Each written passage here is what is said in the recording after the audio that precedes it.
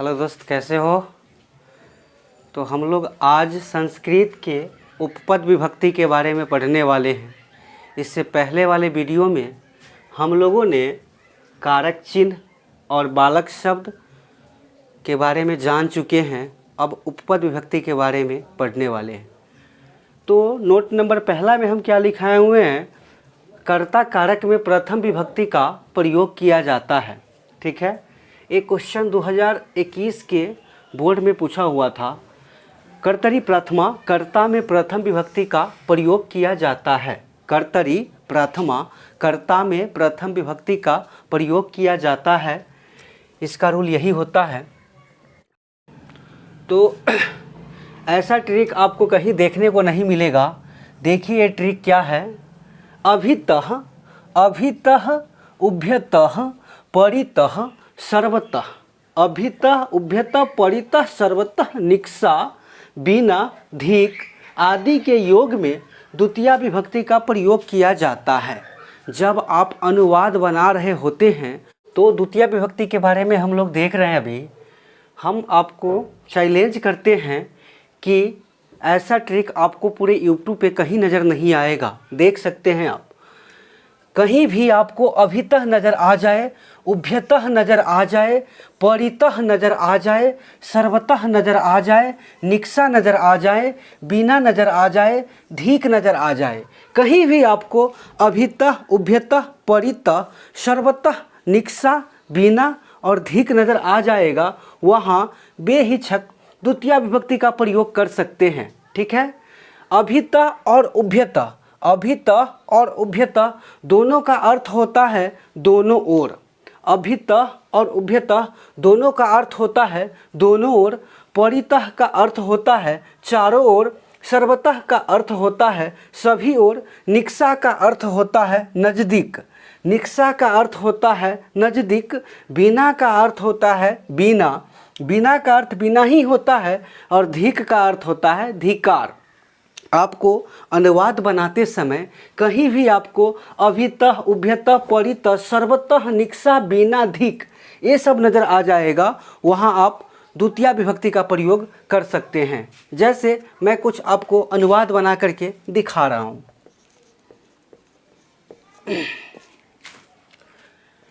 जैसे गांव के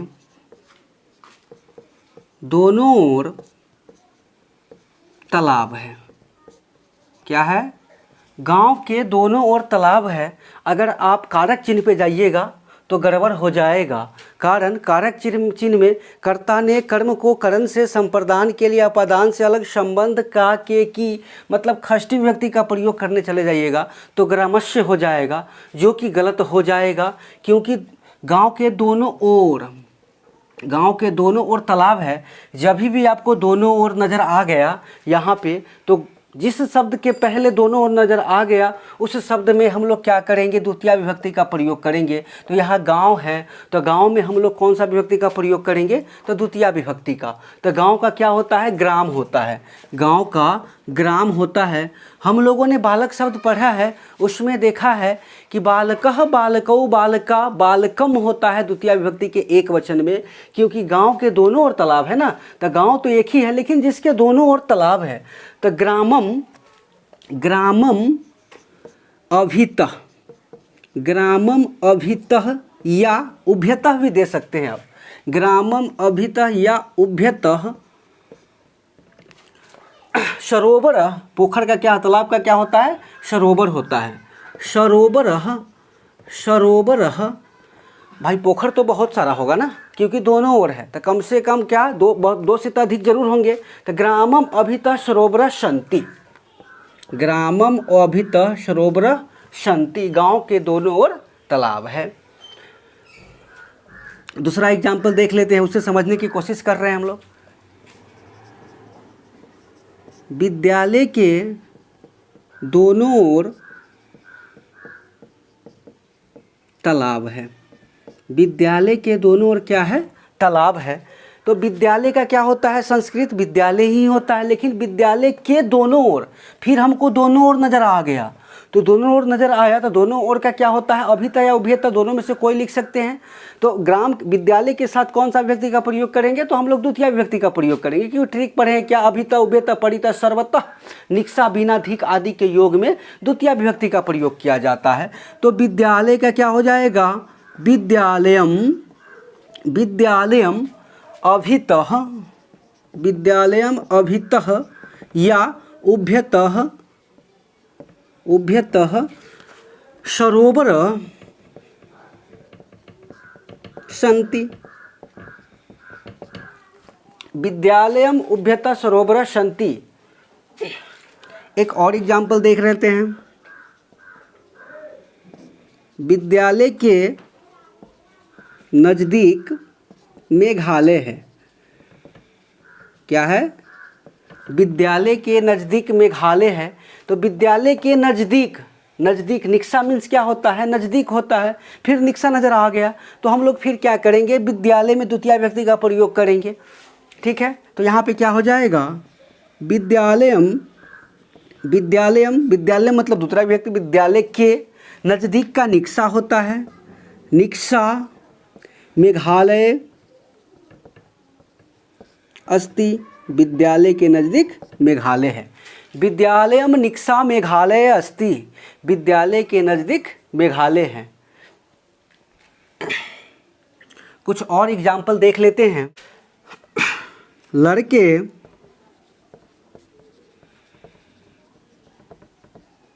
अध्यापक के बिना न पढ़ते हैं, लड़के अध्यापक के बिना न पढ़ते हैं। तो कितने लड़के हैं जो अध्यापक के बिना नहीं पढ़ते हैं, तो बहुत सारे लड़के हैं जो अध्यापक के बिना नहीं पढ़ते। तो बालकः बालकौ बालका, ठीक है, बालका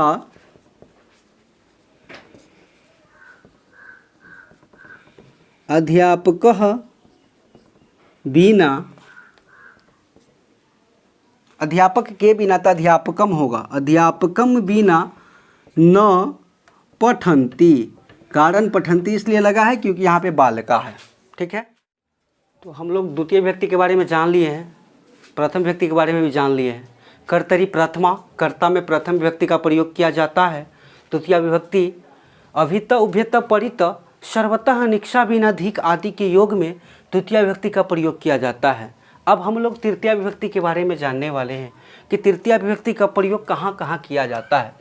तो शः, साकम, सार्धम, समम, अलम, एनंग विकारः बिना लक्षण आदि के योग में, बिना लक्षण आदि के योग में तृतीय विभक्ति का प्रयोग किया जाता है। आपको कहीं भी सह नज़र आ जाए, आपको कहीं भी साकम नज़र आ जाए, आपको कहीं भी सार्धम नज़र आ जाए, आपको कहीं भी समम नज़र आ जाए, आपको कहीं भी अलम नज़र आ जाए, आपको कहीं भी एनंग विकार नज़र आ जाए, आपको कहीं भी बिना नज़र आ जाए, कहीं भी लक्षण नज़र आ जाए, वहाँ द्वितीय विभक्ति का ही प्रयोग किया गया होगा, ठीक है। जैसे शः, साकम, सार्धम, समम, शः, साकम, सार्धम, समम सब का अर्थ होता है साथ। शः, साकम, सार्धम, समम सब का अर्थ होता है साथ। अलम मतलब बेकार होता है। एनंग विकारा मतलब शरीर के अंग का विकार होता है। शरीर के अंग का विकार मतलब कोई वह आदमी जो है शरीर के किसी अंग से विकार है मतलब बेकार है। बिना मतलब बिना होता है। लक्षण मतलब पहचान होता है, ठीक है। इसका भी कुछ एग्जाम्पल हम लोग देख लेते हैं। जैसे राम के साथ श्याम जाता है। राम के साथ श्याम जाता है। राम के साथ श्याम क्या कर रहा है? तो जा रहा है। तो राम के साथ, तो आप तो अगर विभक्ति के अनुसार जाइएगा, कारक चिन्ह के अनुसार, तो आपको षष्ठी विभक्ति का प्रयोग करना होगा, जो कि गलत हो जाएगा। यहाँ पे हम लोग देखेंगे साथ, क्योंकि जहाँ भी साथ रहेगा तो साथ का अर्थ क्या होता है? शह होता है। साथ का अर्थ होता है शह, शाकम, सार्धम, समम होता है, ठीक है। तो राम के साथ इसके में कौन सा व्यक्ति का प्रयोग करेंगे? तृतीया विभक्ति का। ठीक है, तो बालकः बालकौ बालका बालकम बालकौ बालकान बालकेन होता है तृतीया विभक्ति के एक वचन में, क्योंकि राम के साथ जा रहा है श्याम ना, तो यहाँ पे क्या हो जाएगा? रामेन साकम या समम या सार्धम, जो मन है वो लिख सकते हैं, तीनों में से, चारों में से आपको जो इच्छा कर रहा है, या सह जो इच्छा कर रहा है लिख सकते हैं। रामेन साकम या समम या सर्धम श्यामम श्यामः गच्छति, जाता है ना, एक ही आदमी तो जा रहा है राम के साथ। ठीक है, इसके बाद राम के साथ श्याम जाता है या राम के साथ श्याम पढ़ता है।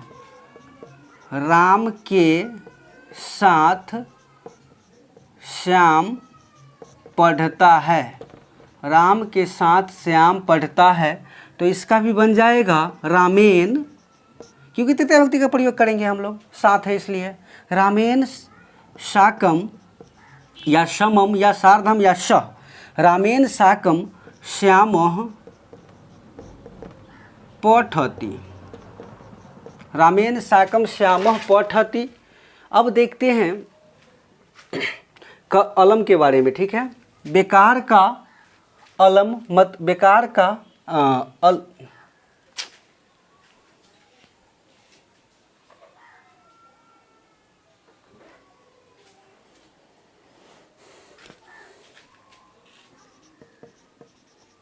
बेकार का कलह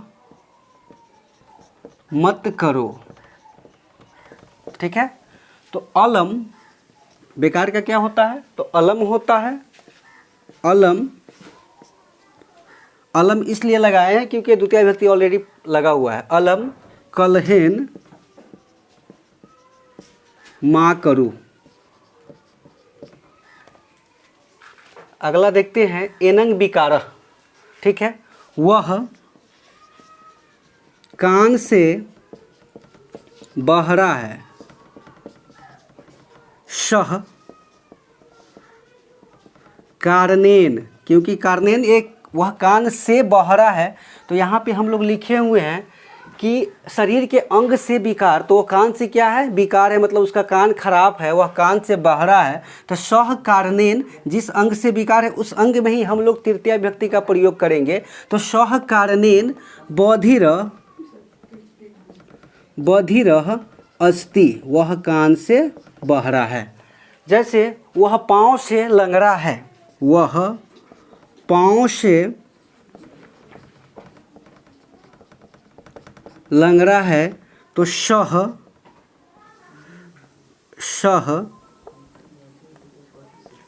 पादेन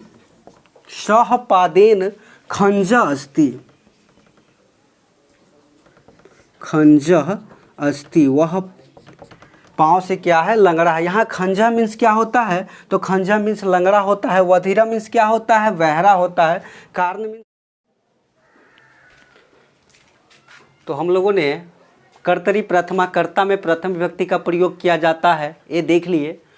द्वितीय विभक्ति अभितः उभयतः परितः सर्वतः निक्षा बिनाधिक आदि के योग में द्वितीय विभक्ति का प्रयोग किया जाता है। और तृतीय विभक्ति हम लोगों ने देखा नमः स्वस्ति तृतीय विभक्ति हम लोगों ने देखा सह शाकम सार्धम समम अलम एनंग विकार बिना लक्षण आदि के योग में तृतीय विभक्ति का प्रयोग किया जाता है। और अब हम लोगों ने चतुर्थी विभक्ति देख रहे हैं। ठीक है, चतुर्थी विभक्ति में क्या होता है? नमः स्वस्ति स्वाहा स्वाधा दान रुच। नमः स्वस्ति स्वाहा स्वाधा, नमः स्वस्ति स्वाहा स्वाधा दान रुच आदि के योग में चतुर्थी विभक्ति का प्रयोग किया जाता है। नमः का अर्थ होता है नमस्कार या प्रणाम, नमस्कार या प्रणाम। स्वस्ति का अर्थ होता है कल्याण। स्वाहा मतलब होता है देव कार्य, स्वाहा मतलब होता है देव कार्य। स्वाधा मतलब होता है पितरों के कार्य के लिए दान मतलब होता है जहाँ हम किसी को दान देते हैं, उस अर्थ में भी चतुर्थी विभक्ति का प्रयोग किया जाता है। रुच मतलब अच्छा लगना या पसंद करना, ठीक है। तो कुछ एग्जाम्पल के माध्यम से, कुछ उदाहरण के माध्यम से हम लोग देख लेते हैं कि कैसे बनता है इसका अनुवाद। जैसे लोगों का कल्याण हो, लोगों का कल्याण हो, तो लोगों का तो जन्य हो तो जनेभ्य स्वस्ति, लोगों का कल्याण हो, ठीक है। सूर्य के लिए, सूर्य का नमस्कार, सूर्य का नमस्कार, सूर्य का नमस्कार, तो सूर्य नमः, सूर्य नमः, ठीक है। या हम लोग देखते हैं वह गरीब को दान देता है, वह गरीब को दान देता है, ठीक है। तो दान देने के अर्थ में भी चतुर्थी विभक्ति का प्रयोग करेंगे। तो सह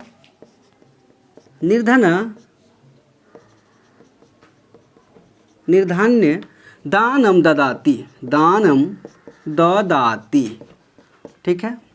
इसके बाद आगे देखते हैं रुच मतलब पसंद होना। मुझे केला अच्छा लगता है, मुझे केला अच्छा लगता है। तो अहम अवाम वयम जो होता है उस शब्द में जाइएगा अब चतुर्थी विभक्ति के एक वचन में, तो आपको मिलेगा महियम, ठीक है। चतुर्थी विभक्ति के एक वचन में आपको मिलेगा महियम। तो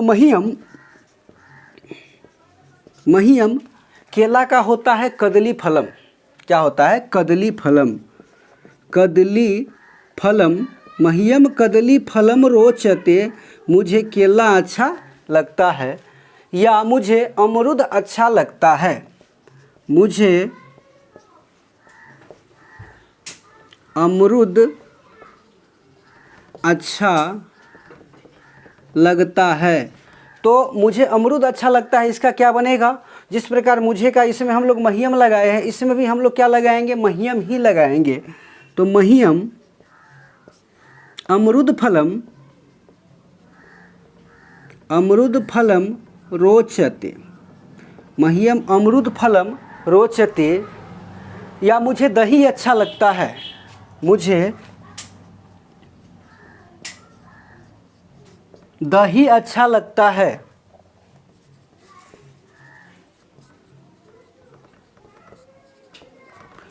तो महियम दद्धि रोचते, महियम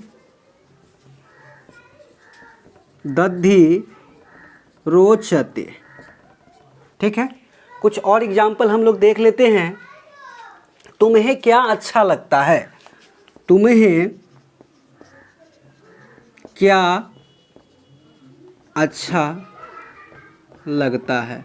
तो जिस प्रकार हम लोगों ने अहम शब्द में मतलब कि गया था युष्मत शब्द में, उस प्रकार अस्मत् शब्द में भी जाएंगे तो देखेंगे तुम्हें का क्या होता है? तो तुभ्यम होता है। क्या होता है? तुभ्यम।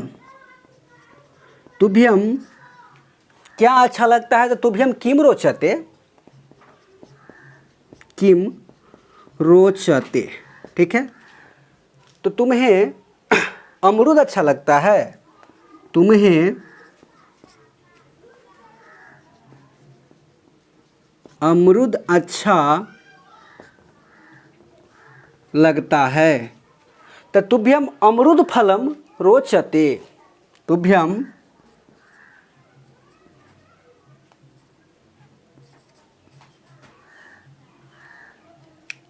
अमरूद फलम रोचते।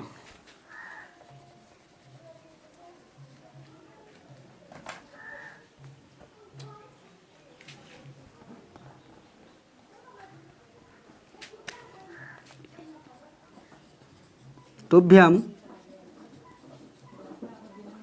अमरूद फलम रोचते।